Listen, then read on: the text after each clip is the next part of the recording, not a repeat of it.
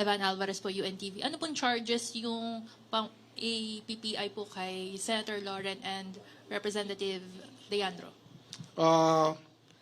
Plunder, tapos sa 3019, 3H, 3I, ano pa? 3E. Conflict of interest is one of them.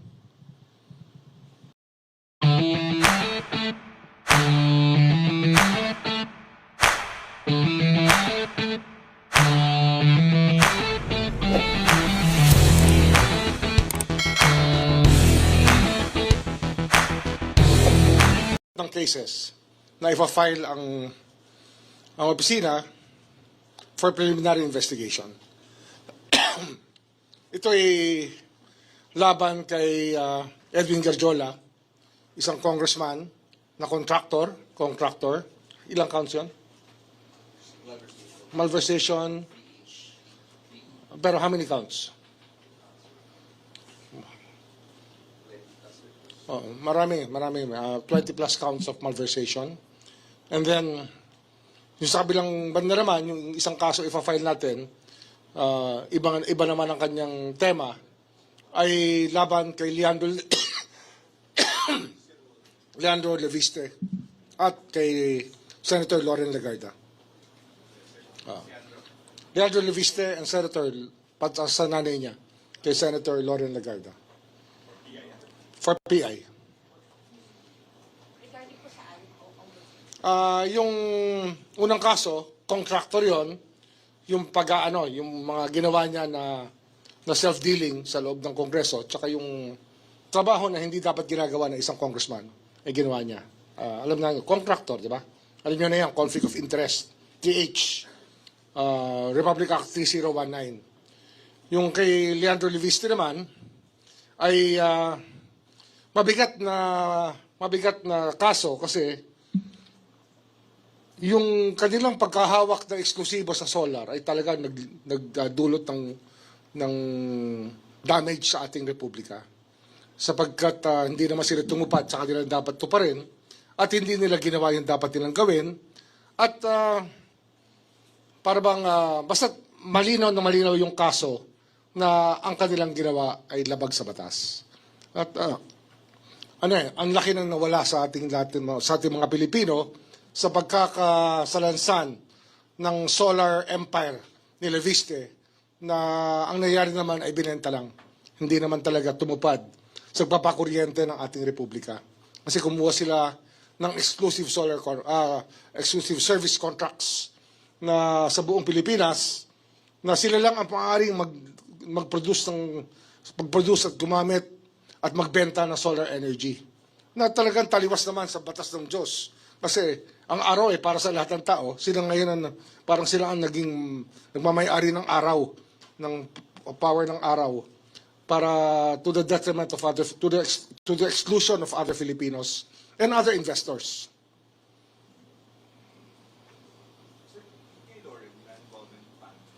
Kay Lauren, kasama siya, kasi hindi naman makukuha ng 21-year-old, 21 lang si Leandro noon eh. Yung prangkisa na exclusive, kung hindi tinulungan ng nanay niya na chairman noon ng Finance Committee ng Senado. Parang appropriations yan ng House, Finance Committee ng Senado. At ginamit niya yung kanyang posisyon para makakuha ng prangkisa yung anak niya.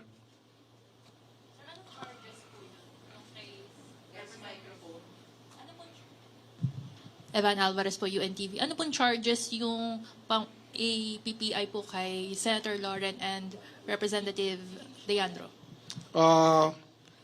Plunder, tapos sa 3019, 3H, 3I, ano pa? 3E. Conflict of interest is one of them. Ombudsman, good afternoon po. Isa Umali from DZWB. What if sabihin po ni Congressman Leviste na pinupolitika siya, kaya ngayon po ay siya isa sa ilalim sa Masusi namin pinag-aralan to kasi this is a very novel case. Hindi ito basta-bastang maiisip na dapat gawin Pero pag pinag-aralan mo yung nangyari sa ating energy sector sa Pilipinas, talagang nag-suffer tayo sa ginawa nila. Kasi nga, nung ang buong mundo ay nagsosolar na, ang China at ang lahat ng buong mundo ay nagsosolar na, dito, kinuha nila yung exclusivity na solar. At saka may mga project talagang hindi matuloy-tuloy at hindi ma-on-stream, hindi magamit dahil pinipigilan sila ng Department of Energy dahil mayroong exclusive contract. Nangyari yan sa lalawigan ng Cavite. Nagkaroon kami ng isang 80-hectare solar field. 40 ba? 40 to 80 hectares sa loob ng EPSA na hindi nabigay ng feed-in tariff na fit dahil may exclusive na ang itong exclusive franchise na dapat dumaan ka sa kanila para makagamit ka ng solar. Sipin nyo yun, para makagamit ka ng araw, magpapaalam ka sa kanila.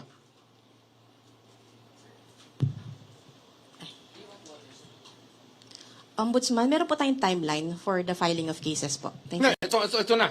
Okay. Napirmahan ko na yung information. Yung 4PI, hindi yung information, sorry. Napirmahan ko na yung charge sheet para sa PI. Oo. At di ba meron tayong mga ghost projects na binitira. Dito, ghost electricity. Pangako nila magpo-produce sila ng kuryente. Pangako nila sa Philippine Energy Plan, nakalimbag itong dapat production na gagawin ng solar. Pero hindi nila ginawa. Binenta lang, kumita lang ng pera, pero hindi nila ginawa. Kung meron silang ginawa, kakaunti, kakarampot. Hindi kagaya ng pinangako nila na gagawin nila. Kasi nga, ang ating yung ating energy mix, yung ating energy projections, especially Department of Energy, it relies on projections on how much power we will need as a country. So, ang mix dyan, meron dyan na generated ng thermal plants, natural gas plants, diesel plants, coal plants, kasama solar. Yung solar hindi dumating. So, kaya ang taas-taas ng presyo ng kuryente natin, isang dahilan yan. Of course, dito sa Manila, ibang usapan naman yung taas ng presyo ng kuryente. Kagaya na sabi ng Pangulo, itong systems loss ay isang dahilan kung ba't mataas ang kuryente natin. Pero itong solar na to, na dapat pinroduce at inaccomplish ni Leviste sa kanyang pagkakuha ng prangkisa, ay hindi, naging ghost electricity. Kuryenteng hindi talaga kuryente. Na-kuryente lang tayo kung ika nga.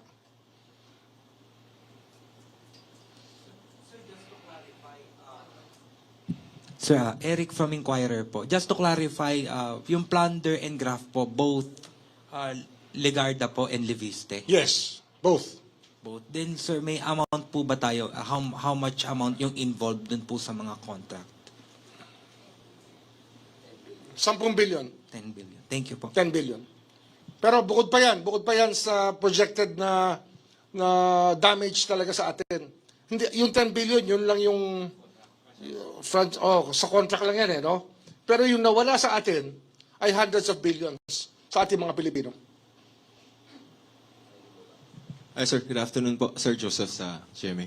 Sir, I understand si Secretary Green filed a complaint sa DOJ. How are the two related? I mean, independent ba to sa atin or maybe final na si Sec Green Yan final ba sa atin?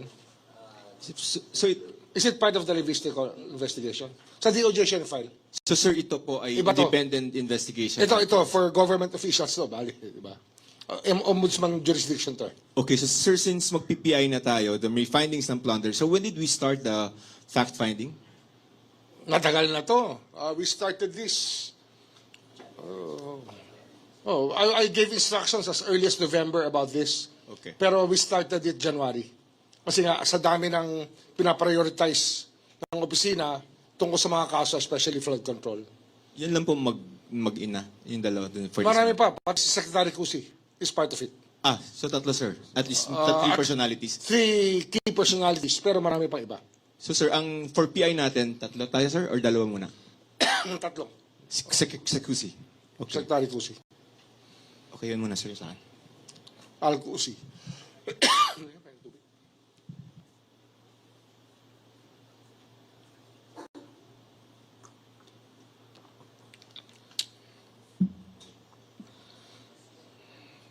Oh, wala nang tanong. Okay na. Sir, marami.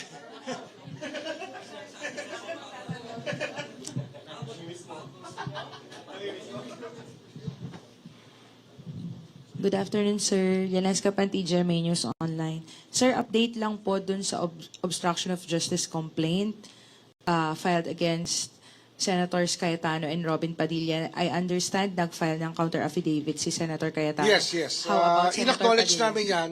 In fact, sinulatan ko si Senator Padilla tungkol dito.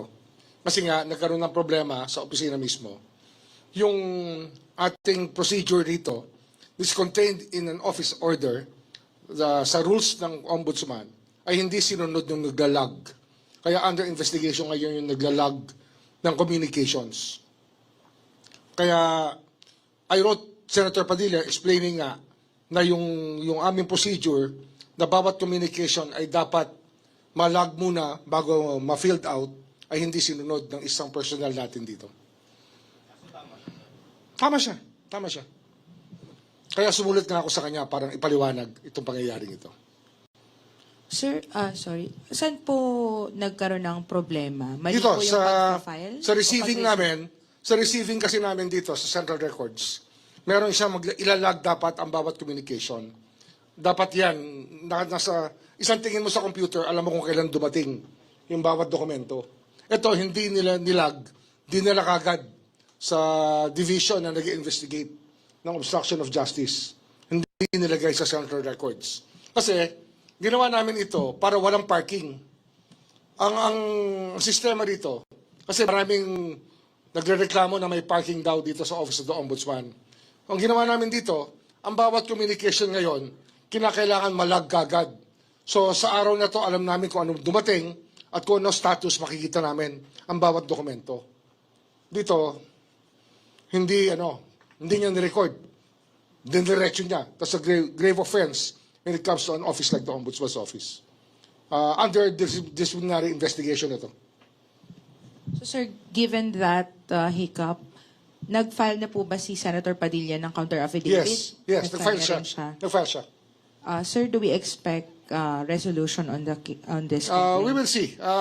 This is being evaluated by the pool of investigators. Okay, sir. So, nag-reply na din si Senator Cayetano Yes, and nag-reply na. Padilla, both of Yes, them. yes. Are you at liberty to share how they defended Actually, themselves? I don't micromanage, but alam ko nag-file na sila, so it's going to be resolved by the body, by the people who were assigned to do it. I don't even know who's on top of it kasi ayoko ngang micromanage ko yung mga bagay dito, hindi tama eh. So, sir, yung sa process lang, yung obstruction of justice will be filed before the Sandiganbayan if ever? Or administrative case lang ba ito? Yun ang pinag-uusapan pa. Kasi nga, pwede itong sa RTC, pwede ito sa Sandiganbayan. Pwede rin sa DOJ muna. So, we're looking at it now, kung saan papunta to. Thank you, sir.